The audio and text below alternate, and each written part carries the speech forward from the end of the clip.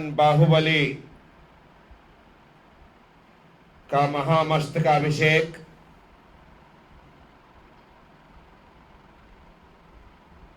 17 फरवरी 2018 का वह स्वर्णिम दिन, जब देश और विदेश के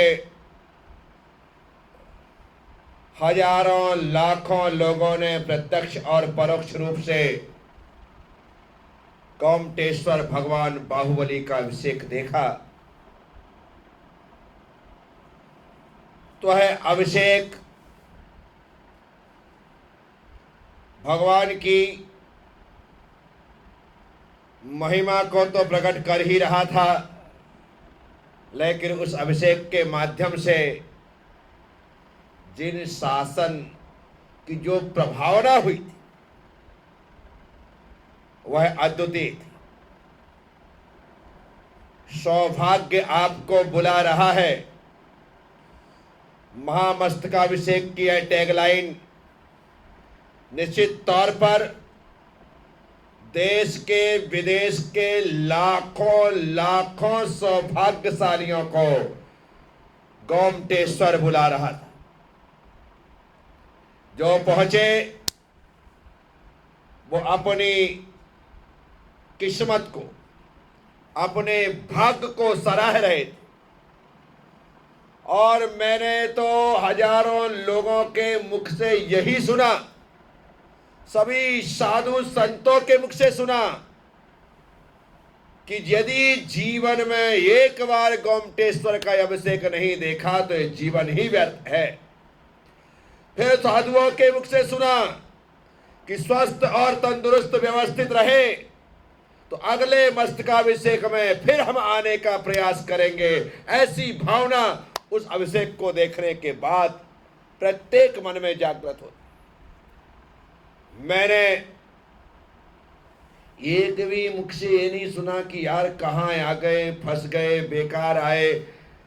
एक भी मुख से लोगों को व्यवस्थाएं नहीं मिली तो भी खुश थे, परंतु मेरी ख्याल से ऐसा कोई व्यक्ति नहीं होगा जिसे व्यवस्थाएं नहीं मिली।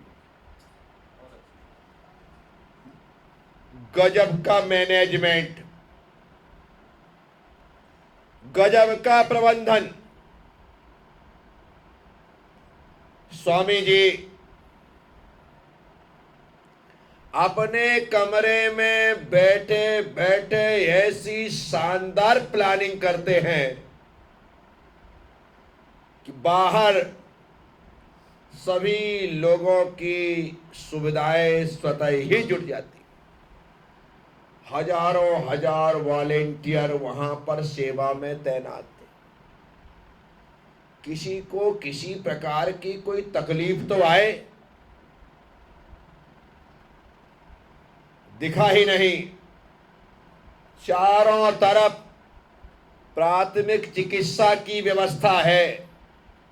गर्मी आदि की वजह से किसी को चक्कर आ जाए, किसी को कोई प्रॉब्लम हो जाए तो आप वहां पर स्वास्थ्य लाभ ले सकते।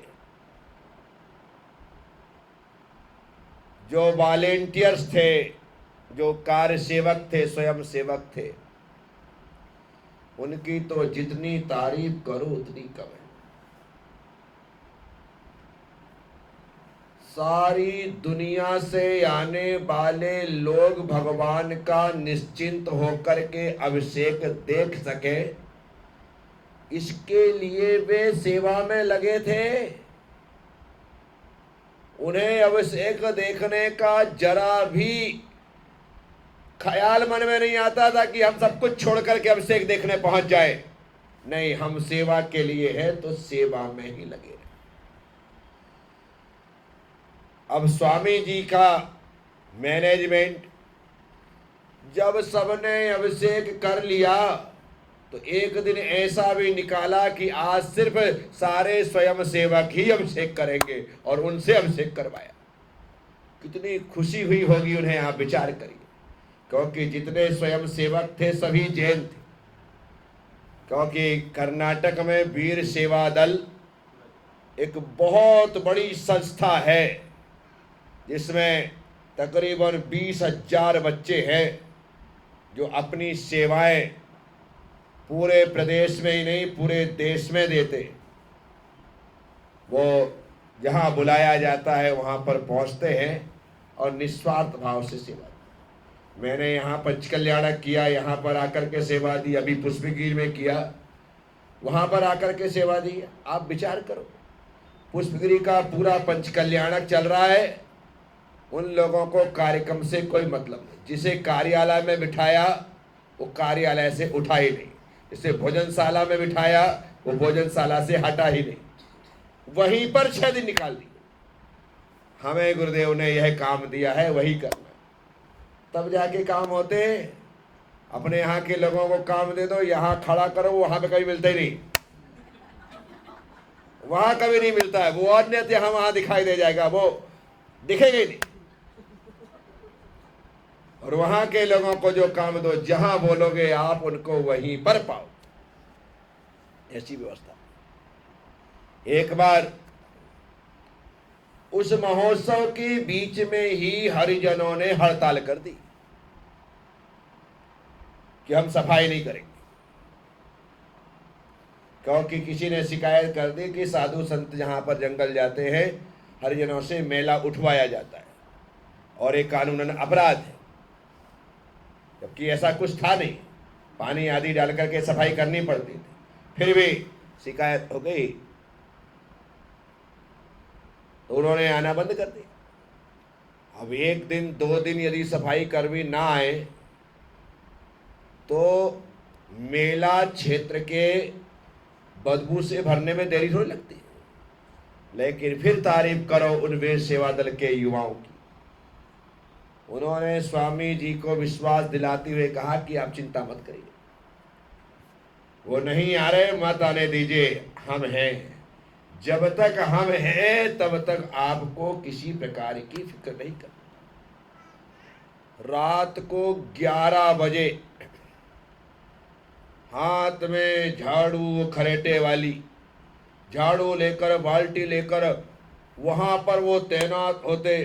तकरीबन एक साथ 50 युवा लगते और पूरा स्थान ऐसा नीट क्लीन कर देते रात को 1 बजे तक, 2 घंटे में, कि कोई कह ही नहीं सकता कि यहाँ पर हरिजनों की हड़ताल चल रही है। एकदम साफ सुथरा। मैंने अपने समाज की उन वॉलेंटियर वीर सेवा दल की महिलाओं को देखा, कोई वीरांगना कुछ ऐसा नाम है शायद उनका, कुछ है एक संगठन, पहाड़ में ऊपर से लेके नीचे तक त्यागी नगर में उनके हाथ में झाड़ू। उनको सिर्फ एक ही काम है, पूरे पहाड़ की साफ सफाई रखना। पता चला कि ये तो अपने जैन कुल की महिलाएं हैं, लेकिन सेवा देने की भावना से यहाँ पर सेवा देने के लिए आई हुई हैं और एक एक स्थान को साफ करती, झाड़ुओं से कचरा हाथ उठाती, एक तरफ फेंकते हैं। कोई कार्यक्रम से उन्हें कोई लेना देना नहीं। हमें स्वामी जी ने सेवा दी है, वह सेवा कर। ये सब बात मैं आपको इसलिए बता रहा हूँ क्योंकि एक बहुत बड़ी प्रेरणा है, बहुत बड़ा संदेश है सीखने वाले के लिए। आदमी सीखना चाहे तो इनसे बहुत कुछ सीख सकता है।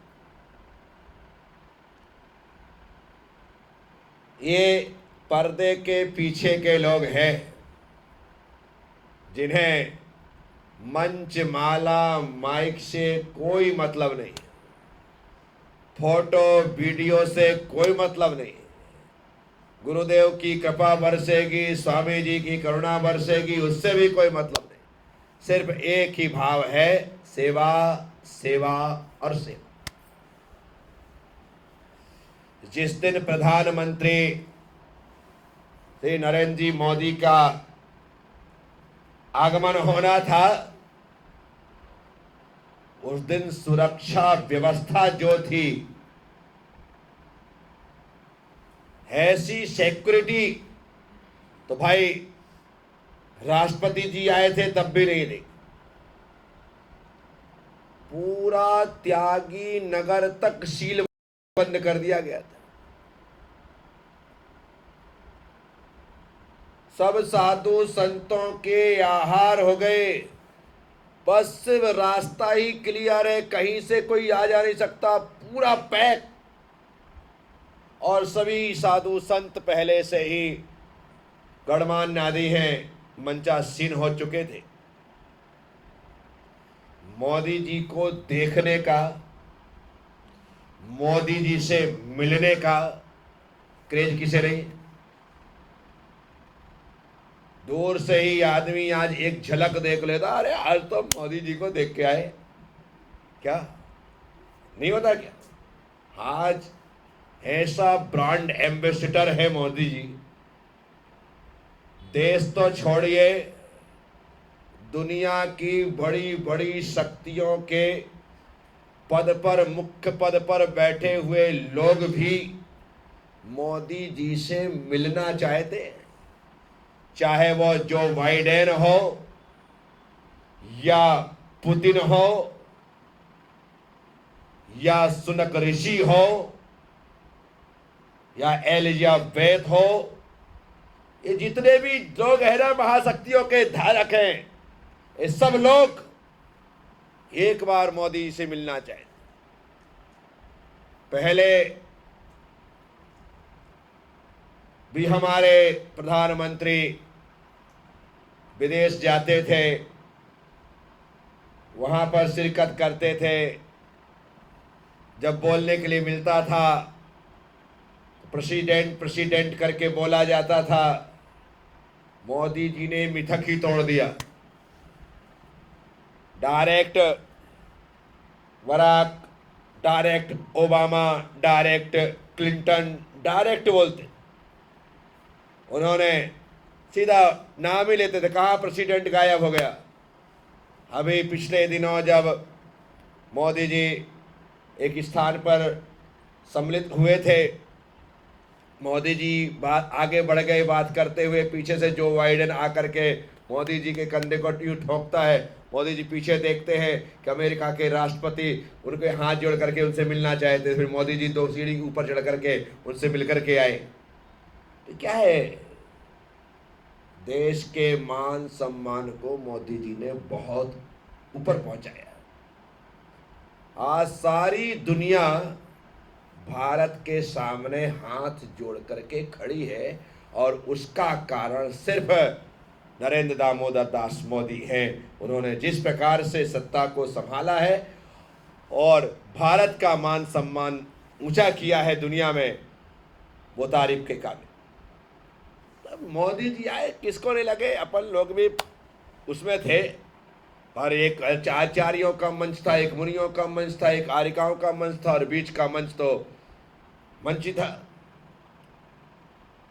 खुशी की बात ये थी कि अपन प्रथम पंक्ति के साधुओं में से थे। खुशी की बात ये थी। प्रथम पंक्ति के साधु होने का मतलब है सबसे आगे बैठो, बाकी लोगों को पीछे बैठना है। और आगे बैठेंगे तो फिर मोदी जी तो आएंगे ही आएंगे। और वही हुआ, मोदी जी का आना हुआ, मोदी जी से उनका निकलना हुआ, उनका हाथ जोड़ना हुआ। वो सब कुछ होता है जो होता है। लास्ट में जब वो जाने लगे तो अपन पहले से ही अपनी किताब लेकर के गए थे, भारत का भविष्य, और उनको बोल करके दे दिया कि मोदी जी भारत का भविष्य आपके हाथ में है। क्या थी किताब, थी अपने किताब का नाम ही भारत का भविष्य। इतना ही तो बोलना था, मोदी जी भारत का भविष्य आपके हाथ में है। और हकीकत में आज भारत का भविष्य मोदी जी के हाथ में। मोदी जी ने उस किताब को स्वीकार किया। बहुत ही अच्छा आने की वो फीलिंग ही अद्भुत थी। और तकरीबन 1 घंटे उनका वहाँ पर प्रवास रहा। वर्चुअल रूप से उन्होंने जो नया रास्ता गोमटेश्वर जी में बना हुआ है, उसका रिमोट के द्वारा यूँ चालू करके उसे पहाड़ के नए रास्ते का उद्घाटन किया, क्योंकि वहाँ पर जाना, ऊपर तक पहुँचना वो संभव था नहीं। उसका उद्घाटन किया और भी 2-4 कार्य उन्होंने उस समय वहाँ पर किए थे, जो मुझे याद नहीं है, लेकिन उनके द्वारा बहुत कुछ हुआ। अब सबसे बड़ी बात है, देश के इस सर्वमान सर्वश्रेष्ठ व्यक्ति को हमारे स्वामी जी ने सोने की ध्वजा प्रदान की, स्वर्ण ध्वजा, सोने की ध्वजा उन्हें दी कि जिन शासन की ध्वजा आपके हाथ में हो और आपके द्वारा जिन शासन की ध्वजा फहराती रहे, उन्हें ध्वजा दी। बढ़िया शानदार चांदी का स्वर्णिम कलश उन्हें प्रदान किया। बहुत कुछ चीज़ देने के साथ सभी साधु संतों ने, जो लोग जानते थे, उन्होंने अपना साहित्य उन्हें दिया। गुरुदेव ने मोदी जी को माला पहनाई। ये सब कुछ उस समय वहाँ पर घटित हुआ, परंतु मोदी जी से वहाँ पर मिलकर के, उन्हें इतने करीब से देख कर के एक अच्छा भाव, अच्छी फीलिंग आती कि ऐसे व्यक्ति से हम मिल रहे हैं जो व्यक्ति देश के विकास के लिए 24 घंटे सावचेत है, अलर्ट है और पूरी कुशलता के साथ देश के विकास में लगा हुआ। मोदी जी का आना, उनका जाना, सब कुछ हो गया। अभिषेक की यह प्रक्रिया चल रही है। देश के दोनों उच्च पदों पर आसीन राष्ट्रपति और प्रधानमंत्री जी आ चुके। उपराष्ट्रपति जी भी वहाँ पर उपस्थित हुए थे, जो कि कर्नाटक के ही थे, वो उपराष्ट्रपति थे। वेंकैया नायडू वो भी आए थे। उसके साथ साथ जब हम लोग मठ में थे तो एक दिन गृह मंत्री राजनाथ सिंह जी भी आए थे। तो उच्च पदों पर आसीन सभी लोग वहाँ पर थे। सिद्धिरमैया जी तो जब ये महत्वपूर्ण लोग उपस्थित रहे तब वो रहे ही। अलग से भी उन्होंने कई बार वहाँ पर अपनी उपस्थिति दर्ज करवाई। तो वो उस समय वहाँ के राज्यपाल थे, वो भी कई बार आए। मोदी जी जिस दिन आए थे उस दिन पीयूष गोयल भी मंच पर उपस्थित थे। तो ये पूरा का पूरा जब शासन सरकार वहाँ पर पहुँचती है तो इससे जिन शासन जयवंत होता है, जिन शासन की ध्वजा आकाश में फहराती है, नेताओं के आने का सबसे बड़ा फायदा यही होता है कि मीडिया पूरी तरह से कवरेज देता है। और मीडिया जब कवरेज देता है तो हमारी न्यूज़ जो है, हमारा समाचार जो है, वह राष्ट्रीय नहीं अंतर्राष्ट्रीय हो जाता है।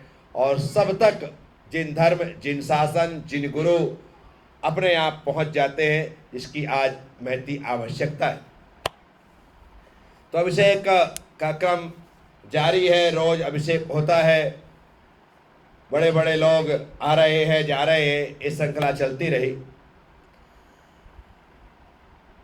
अभिषेक के साथ साथ अब साधु संत भी, किसी को लगने लगा कि अब अभिषेक अपने देख लिया, 5 दिन देख लिया, 10 दिन देख लिया, बहुत हो गया, तो फिर साधु संत भी अपने अपने हिसाब से जाने भी लगे, बिहार भी होने लगे।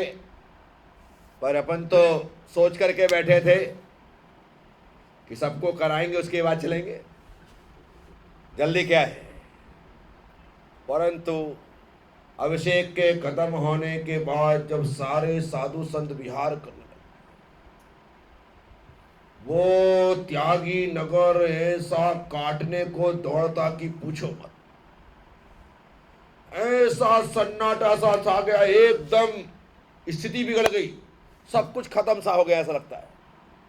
और हम लोग वहां पर हैं, अभी साधु संत भी कम हो गए, चौके आदि भी कम हो गए, वहां पर व्यवस्थाएं भी कम हो गई। अब सबको लगने लगा कि अब मठ में चलना चाहिए, अब यहाँ कुछ भी नहीं। और फिर एक दिन निर्णय करके हम लोग मठ पर पहुँचे। वहाँ पर एक स्थान, एक मकान था, वो मकान मुझे अच्छा लगा। हमने कहा अपन इसी मकान पर रहेंगे और उस मकान को रहने के लिए ले ली। मठ के अंतर्गत ही था। अभी जाने की इच्छा ही नहीं है, बस रोज पहाड़ पे जाओ, रोज भगवान का अभिषेक देखो, रोज अभिषेक करो। जिसको जाना जाए, अपने को नहीं जाना। इच्छा ही नहीं हो रही, क्या करोगे? क्योंकि मुझे पता था एक बार गए तो गए, फिर कब आना है बार बार यहां पर। जी भर करके अभिषेक करो, अभिषेक देखो। होली के अवसर पर मैंने अपने समस्त भक्तों को गोमटेश्वर बुलाया कि आओ, अपन होली के अवसर पर भगवान के साथ अभिषेक करते हुए होली खेलेंगे। और मेरे ज्यादातर भक्त जिन्हें मैंने बुलाया था, जो नहीं आए थे अभी तक, वो आए। और हम लोगों ने उस दिन का पूरा अभिषेक तपोभूमि परिवार के नाम से ले रखा था। आज का अभिषेक सिर्फ तपोभूमि परिवार करे। पहला अभिषेक अपना दूध का, सारे प्रकार के अभिषेक अपने, पूरा जमावड़ा अपना ऊपर, अपन बैठ गए आसन जमा करके, बोल बाहुबली भगवान की। और सब लोग वहां पर आए। आने के पश्चात सभी लोगों ने ऐसा अभिषेक किया, इतने खुश कि गुरुदेव बस आपकी कृपा से हमें ये अभिषेक का लाभ इतना अच्छा प्राप्त हुआ है। और सभी ने जी भर करके अभिषेक किया। जैसा सोचा नहीं था वैसा अवसर मिल गया। हमारी सारिका जी तो हमारा साथ छोड़ ही नहीं रही थी, हमारे साथ ही थी। इनसे पूछो कि चौके में कैसा आनंद लिया। रोज 8-8, 10-10 साधु का पड़गान, सभी आचार्यों का पड़गान, लेकिन अकेली महिला, इनका मानना पड़ेगा। साथ इनके बहुत थे लोग, ऐसा नहीं कोई नहीं था, लेकिन हिम्मत इनकी। वहां पर भी कोई कमी है कि सारिका जी के पास? किसी प्रकार की सुख सुविधा की कमी नहीं है, लेकिन वहां पर उसी भोजनशाला में जो प्लाईवुड, वहीं चिटाई लगाई, इत्मीनान से आधे घंटे 1 घंटे नींद ली और फिर काम में लग गई। ऐसा है आनंद। और ये सिर्फ मैं कहता था अब सारिका जहाँ हो गया, नहीं महाराज जी अभी तो चलने दो, बहुत आनंद आ रहा है, अभी बहुत आनंद आ रहा है, अभी बहुत आनंद आ रहा है। कहने का मतलब मैंने कहा था ना, काम में कष्ट होता है, सेवा में कष्ट नहीं होता है। तो जो सेवा करता है उसमें कष्ट नहीं होता। काम करते हैं तो थकते हैं, तकलीफ होती है, और सेवा करते हैं तो फिर देखो ना, कमर का दर्द, घुटने का दर्द सब बाहर चला जाता है और आनंद आ जाता है। और जैसे ही सेवा खत्म होती है, फिर सब जगह की दर्द दिखाई देने लगते कि चलो भाई चालू हो गया, क्या हो गया, ऐसा होता है। पूरा आनंद ले रहे। अब अभिषेक हो गया। अब मेरे विचार में आया इकलौता कि स्वामी जी ने ऐसा बड़ा काम किया है, इनका बहुमान होना चाहिए। और हमने युग पुरुष अलंकरण के नाम से स्वामी जी का सम्मान आयोजित किया। मार्च के अंतिम दिनों में 30-31 तारीख ऐसी कुछ थी, युग पुरुष अलंकरण का। ऐसी शानदार तैयारी की कि पूछो मत। पूरा मंडप सजा, मंच सजा। उनके लिए हमने ढेर सारे सम्मान की चीजें मंगाई। पब्लिक इकट्ठी हो गई। वर्धमान सागा जी महाराज, सुविधि सागा जी महाराज, पंचकल्याणक सागा जी महाराज, बासपो जी से जितने महाराज सब आकर के विराजमान हो गए। स्वामी जी नहीं आए। क्या अभी तक नहीं पहुंचे? अब टाइम ही नहीं हुआ तो कैसे आएंगे? टाइम जब 2 बजे का दिया है तो 2 बजे ही आएंगे ना भाई। वो टाइम, जिनके पास 1-1 मिनट कीमती है तो 2 बजे का टाइम है। यहाँ पर वर्धमान सागर जी क्या बोले, प्रज्ञा सागर जी बारात तो सजा ली, दूल्हा नहीं आएगा तो क्या करोगे? दूल्हा नहीं आएगा तो क्या करोगे? अब है हिम्मत तो बुलाओ स्वामी जी को। ऐसा उन्होंने चैलेंज दे दिया। मैंने कहा देखो, मैंने अपने मन से तो ये बारात सजाई नहीं, स्वामी जी से स्वयं परमिशन ली है। उन्होंने स्वयं मुंह से बोला है। बोले क्या बोला है? इतने साल हो गए, इतने बार हो गए, मैं हर बार आता हूँ, स्वामी जी ने कभी किसी से सम्मान करवाया ही नहीं है। आपसे क्या करवा लेंगे। अब विचार करो, एक बड़े आचार्य उस समय मुझसे ऐसा कह रहे हो और मैं एक नया साधु, छोटा सा व्यक्ति। ऐसी स्थिति पर मुझे पूरा विश्वास था कि स्वामी जी ने अपने मुंह से कहा था कि प्रज्ञा सागर जी तुम करो, मैं आऊंगा। बराबर 2 बजे और स्वामी शिव जी सीढ़ियां उतर करके मंच की तरफ वर्धमान सागर जी को,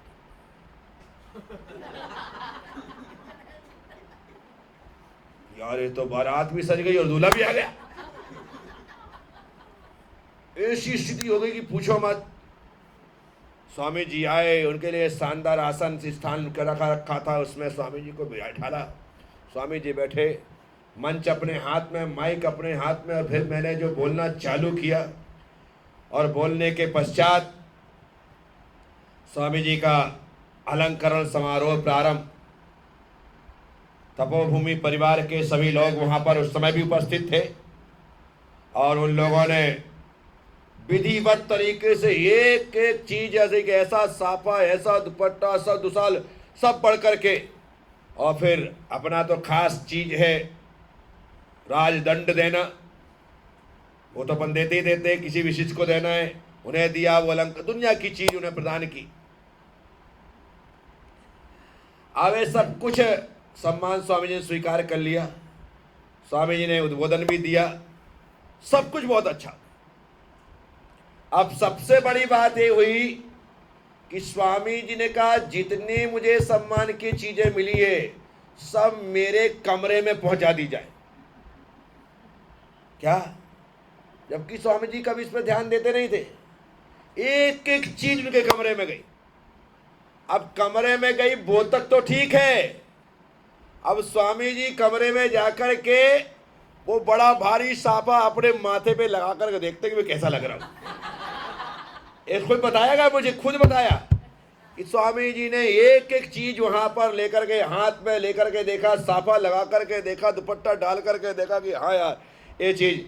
और बाद में भी कहा प्रज्ञा सागर जी आपने तो गजब का स्वागत किया, इतना इस प्रकार से स्वागत आज तक मेरा कभी हुआ नहीं है जैसा आपने मेरा स्वागत किया है। इतना स्वामी जी ने, और चाहिए क्या।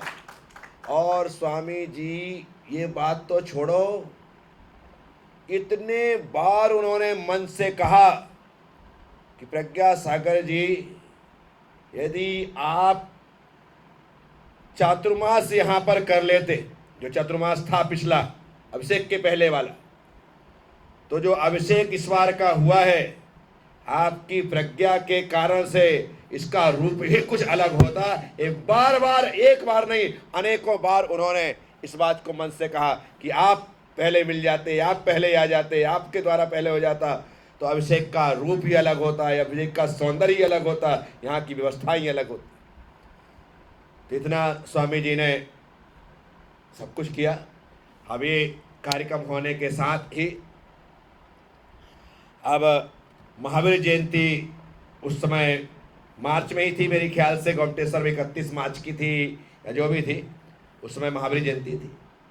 स्वामी जी ने महावीर जयंती के अवसर पर उन्हें पता था कि हमारा दीक्षा दिवस है मेरा और चिन्मय सागर जी का, तो उस कार्यक्रम था। उस कार्यक्रम के तहत उन्होंने हमारा दीक्षा दिवस मनाया। ये सब कार्यक्रम करने के बाद अब मैंने मन में विचार किया कि इतने दूर आए हैं, तमिलनाडु की यात्रा हो जानी चाहिए। कब यहाँ आना होगा, एक बार यदि अपने वापिस देश में प्रदेश में पहुंच गए तो फिर तो तमिलनाडु की यात्रा सिर्फ विचारों में ही हो जाएगी, उसके आगे हो नहीं सकती। ऐसा विचार बना। मैंने स्वामी जी से कहा कि स्वामी जी अब मैं तमिलनाडु की यात्रा करने के लिए इच्छा रखता हूँ, जाना चाहे तो। स्वामी जी ने कहा बिल्कुल ठीक है, आपको जो सुविधा बनेगी। नहीं स्वामी जी, सुविधा कुछ भी नहीं, गुरुदेव की कृपा है कि हमें किसी प्रकार की मठ से, संस्था से कोई सुविधा की आवश्यकता नहीं पड़ती। बस आप तो उसका रास्ता बनवा दीजिए कि कहाँ से कैसे कैसे किस रास्ते से जाना है, बस इसकी आवश्यकता है। स्वामी जी ने सारी रास्ते आदि की व्यवस्था बतवा दी कि कहाँ कहाँ से कैसे जाना है। सबसे पहले हम लोग मैसूर होकर के कनकगिरी की यात्रा के लिए निकले और हमने सबसे पहले मैसूर गए। मैसूर में सिर्फ हमारा 2 दिन का ही प्रवास था। 2 दिन में मैसूर का महल भी देखना था, मैसूर के सभी मंदिर के दर्शन भी करने थे। और मैसूर का महल तो महल ही है, एक बार कोई व्यक्ति जाए और मैसूर का महल ना देखे तो मैसूर जाने का मतलब क्या है। और सभी जाते हैं, साधु संत जाते हैं, लोग जाते हैं। बहुत ही अद्भुत महल है, जबकि वह महल एक बार काल कवलित हो गया था, जल करके राख हो गया था। और 1-2 बार जो होगा वो होने के बाद बार बार उसका पुनर्निर्माण होकर के आज भी अपनी खूबसूरती को बिखेरता है। एक साथ जब 1 लाख लाइट लगती है उसमें शाम को, क्या 1 लाख लाइट जलती रोज, और खास करके सैटरडे संडे शायद, हाँ सैटरडे संडे 2 दिन है, 1 लाख लाइट जलती। देखने के लिए लोग सैकड़ों हजारों की तादाद में उस लाइट को देखने आते। अद्भुत वह दृश्य होता है। तो मैसूर का महल, मैसूर के मंदिर आदि सब देखने के बाद हम लोग वहाँ से कनकगिरी गए। कनकगिरी में भुवन कीर्ति जी भट्टारक वहाँ स्वामी है, बहुत अच्छा उनका प्रभाव है। स्वामी जी के परम शिष्यों में उनका एक नाम है। उन्होंने बहुत अच्छी तरीके से वहाँ पर व्यवस्था की। आचार्य पूज्यपाद स्वामी का वहाँ पर विशेष स्थान है, उनके चरण हैं। पहाड़ी है कनकगिरी, छोटी सी पहाड़ी होने के बावजूद भी बहुत अच्छा स्थान। उसके दर्शन वंदन करने के पश्चात हम लोग वापस वहाँ से लौटे और लौट कर के अब बेंगलोर जाना है, क्योंकि बेंगलोर के बाद ही हमारी यात्रा तमिलनाडु की प्रारंभ होगी। अब वो यात्रा किस प्रकार से प्रारंभ होती है उसकी चर्चा हम कल करेंगे। ओम नमः, सबसे क्षमा, सबको क्षमा, गुरुदेव। जय महावीर।